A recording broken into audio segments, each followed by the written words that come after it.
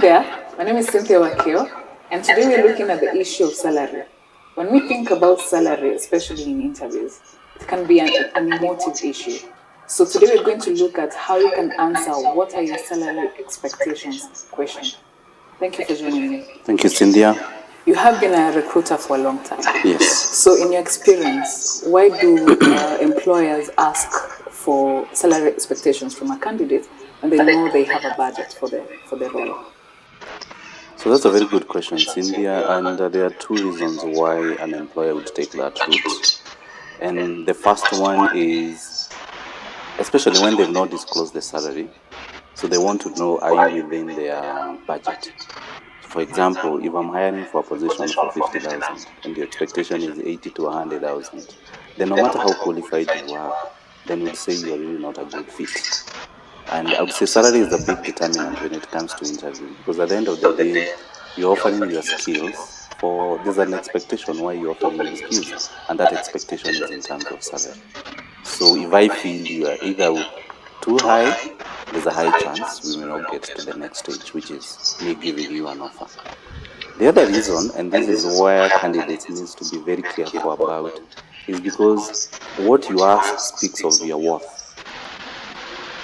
I'll repeat that. Speaks of your worth. Why?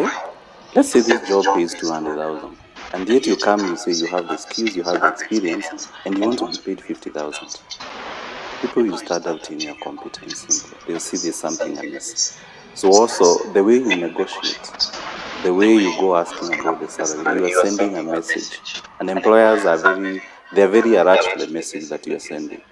So, are you a good fit, number one? And number two, how much do you think you're worth? What is your confidence? And I've seen instances where candidates are qualified, some of them even overqualified, but because of the amounts they've asked, it sends doubts. Yeah, and I know it's not fair. Someone might argue, Paminas, but why don't you just tell me how much you're paying? But unfortunately, that's the way the world works.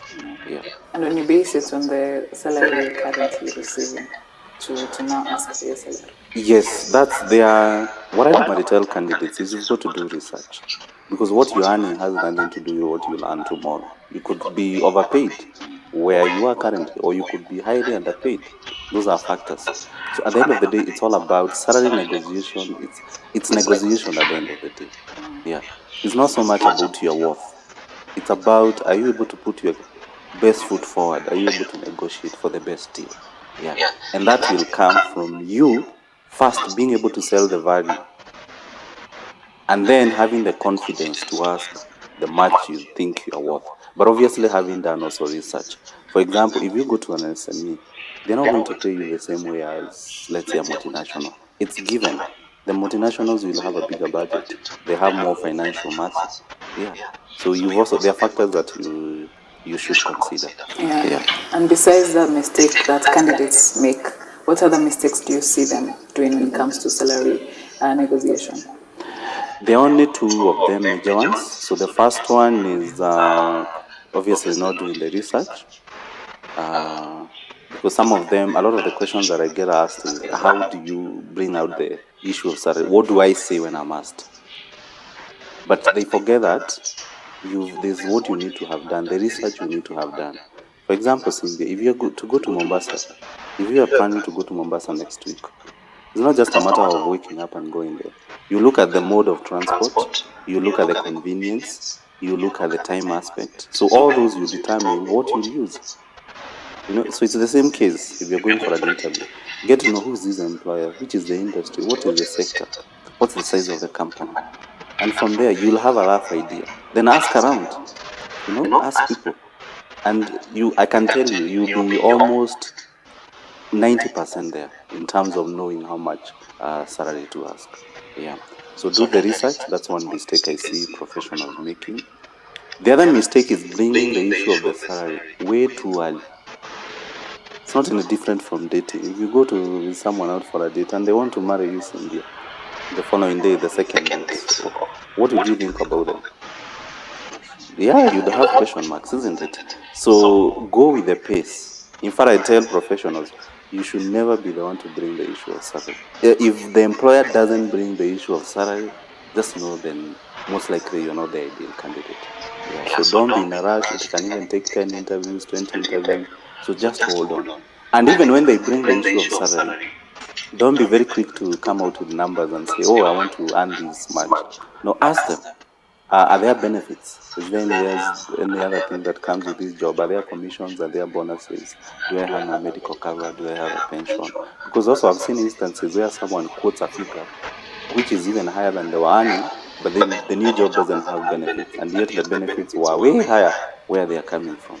Yeah, so I also think that's also something that professionals need to think about. Yeah. So how exactly do you answer? What are your salary expectations? So let's assume you've done the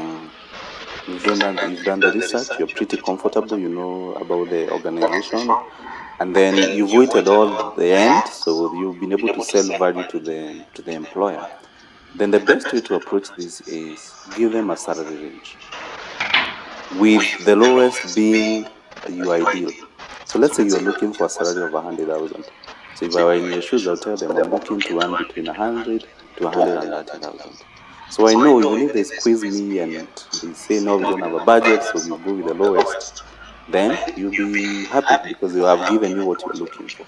Yeah, so giving them that range shows them, oh, this is where I'm willing to play around. These are the figures. And most of the time you'll find they'll either give you the lowest or they'll give you maybe something in the middle, like 115 or 120,000. All right, that's a good idea actually. And Yes. I'm sure it's something professionals struggle with Yes. in the interview process. Yeah. All right, thank you so much for that. Karibu sana. Thank you so much for watching. I hope the tips that Paminas has given you will come in handy in your next interview. For more tips on how you can grow your career, please subscribe to the channel. See you in the next video.